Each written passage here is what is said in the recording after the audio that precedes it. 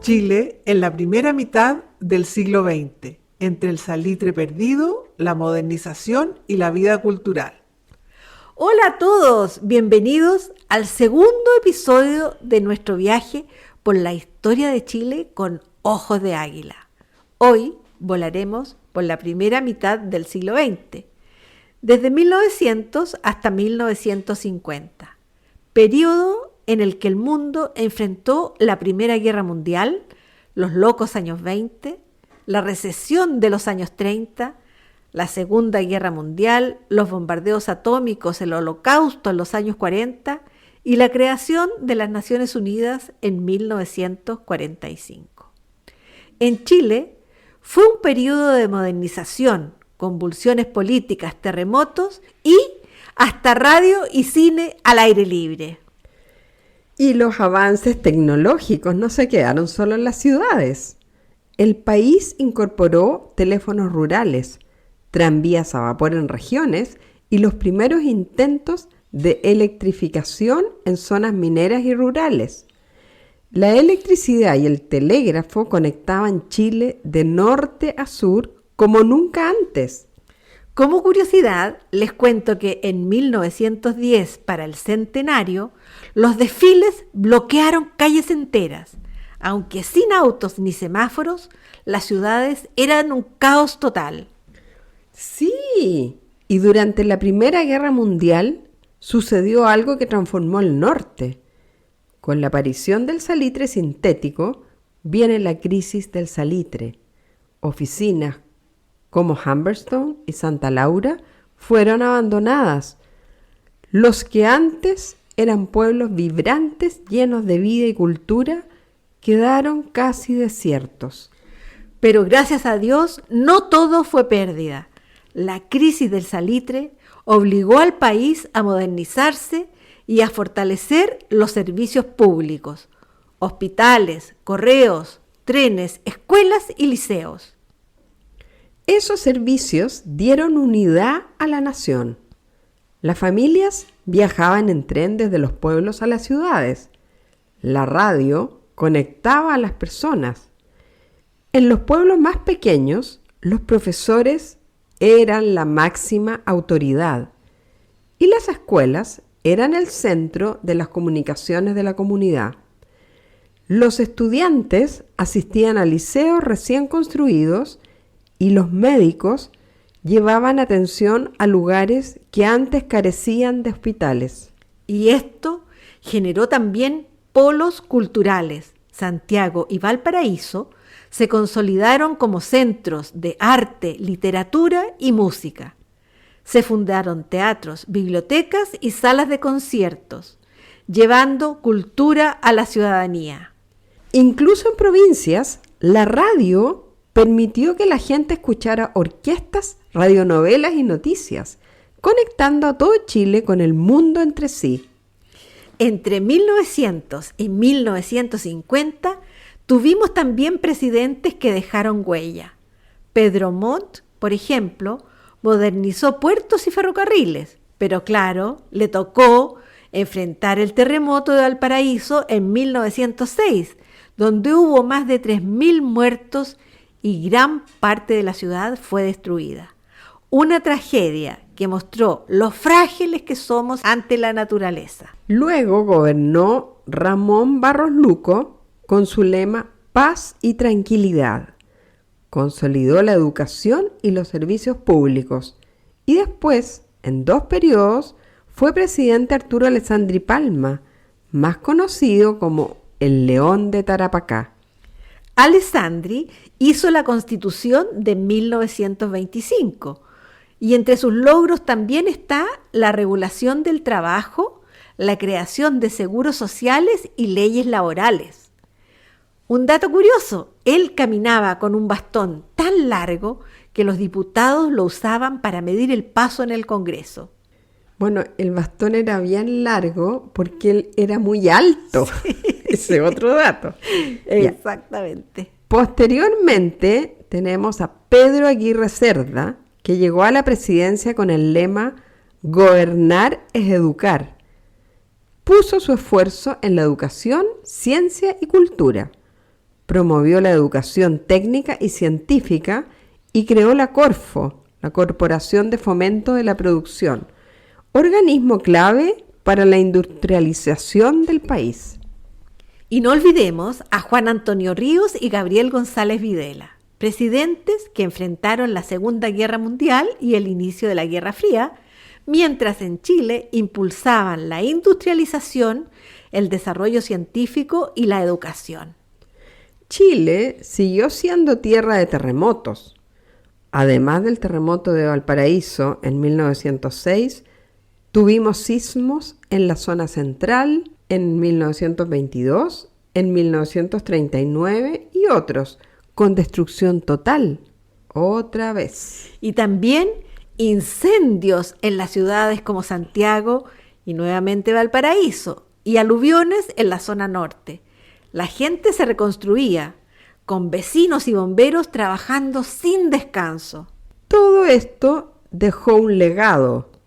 Se creó la Dirección Meteorológica que estudia el clima y los terremotos, y se diseñaron políticas de prevención y construcción antisísmica que aún nos protegen.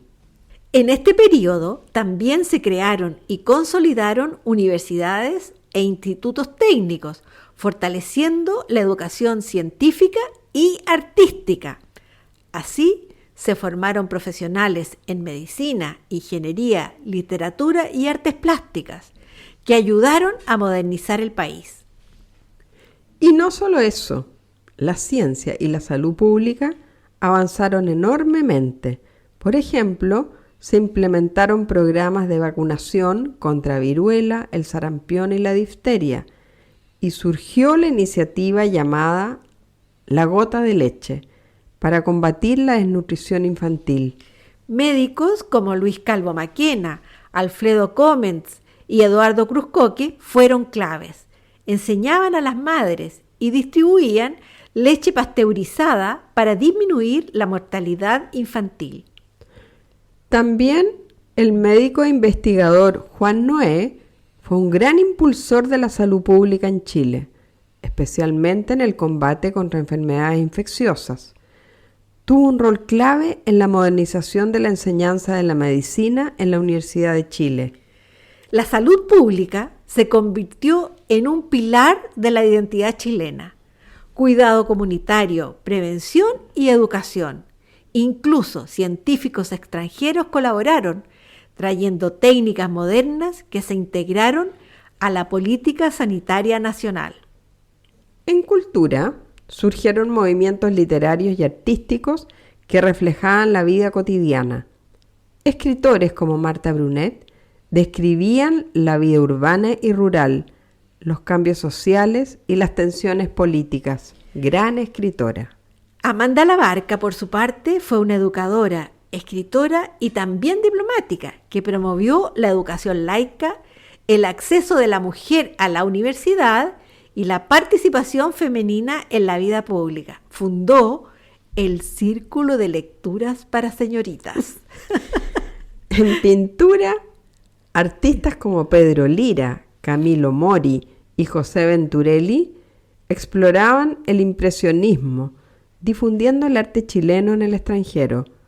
Mostraban paisajes, trabajadores y familias. En literatura, Gabriela Mistral, educadora, poeta y diplomática, impulsó la educación pública y la defensa de niños y mujeres.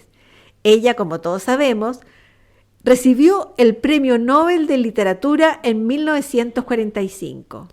Mientras que Pablo Neruda comienza a recorrer el mundo con su poesía social. Su obra de los años 30 y 40 influyó fuertemente en la literatura hispanoamericana. Y la música empezaba a llenar conciertos y plazas. Pero lo más divertido era la radio. Familias enteras escuchaban noticias, música y radionovelas. La música popular seguía creciendo. Tonadas, cuecas urbanas y orquestas sinfónicas en Santiago y Valparaíso. La radionovela, creo que hasta el día de hoy es entretenida escucharla. Sí, increíble, Sí. súper entretenida. En las décadas de 1920 y 1930 se popularizaron clubes de radioaficionados y asociaciones científicas. Eran los geeks de la época y estaban de moda. Y hubo también un gran auge del cine. Se estima que en 1938 había más de 250 salas de cine-teatro en todo el país. Y donde no había salas, se proyectaban películas al aire libre, con la gente llevando sillas y mantas. Todo un espectáculo. Incluso los ferrocarriles y las estaciones se transformaron en espacio de vida social, con cafés, tertulias y presentaciones musicales. La cultura estaba en movimiento literalmente. ¿Te imaginas, Rosario, cómo era un domingo en 1930? Familias viajando en transvías, niños jugando en las plazas, radios anunciando películas y radionovelas. En barrios populares se armaban coros y pequeños teatros de madera para representar obras locales o internacionales. La creatividad y la comunidad seguían siendo centrales, aunque el norte quedara casi vacío, después de la crisis del salitre. Sí, y así la identidad chilena se fue transformando, resiliente, moderna y con una fuerte conciencia social y comunitaria. El transporte urbano, tranvías, eléctricos, coches, bicicletas, la ciudad en acción. Moda elegante, sombreros altísimos, trajes impecables, peinados que marcaban tendencia. Ocio, parques, plazas, teatros y picnics familiares bajo el flamante alumbrado público. Entre pueblos abandonados, trenes, liceos, hospitales y teatros, Chile logró conectar su territorio, su cultura y su salud pública, sentando las bases para lo que vendría en la segunda mitad del siglo XX. La gente común, la familia, los artistas y los científicos fueron protagonistas de un país que se reconstruía y se modernizaba al mismo tiempo. Y entre los años 1900 y 1950, Chile fue un país aprendiendo a convivir con la naturaleza y a soñar con la modernidad. Varias ciudades, además de Santiago y Valparaíso, fueron claves en este proceso. Iquique fue el centro neurálgico de la industria salitrera. Antofagasta, ciudad minera por excelencia, tuvo un acelerado crecimiento por la inversión extranjera en la explotación del cobre de Chuquicamata desde 1912 en adelante.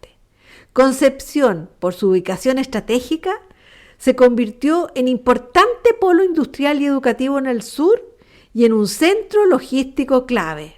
Estas ciudades no solo fueron relevantes por su tamaño o economía, sino por su papel en los conflictos sociales, el desarrollo de infraestructura y la formación de identidad nacional. En el próximo episodio exploraremos los años 50 al 2000, transformación social, política, tecnológica y cultural que consolidó al Chile contemporáneo.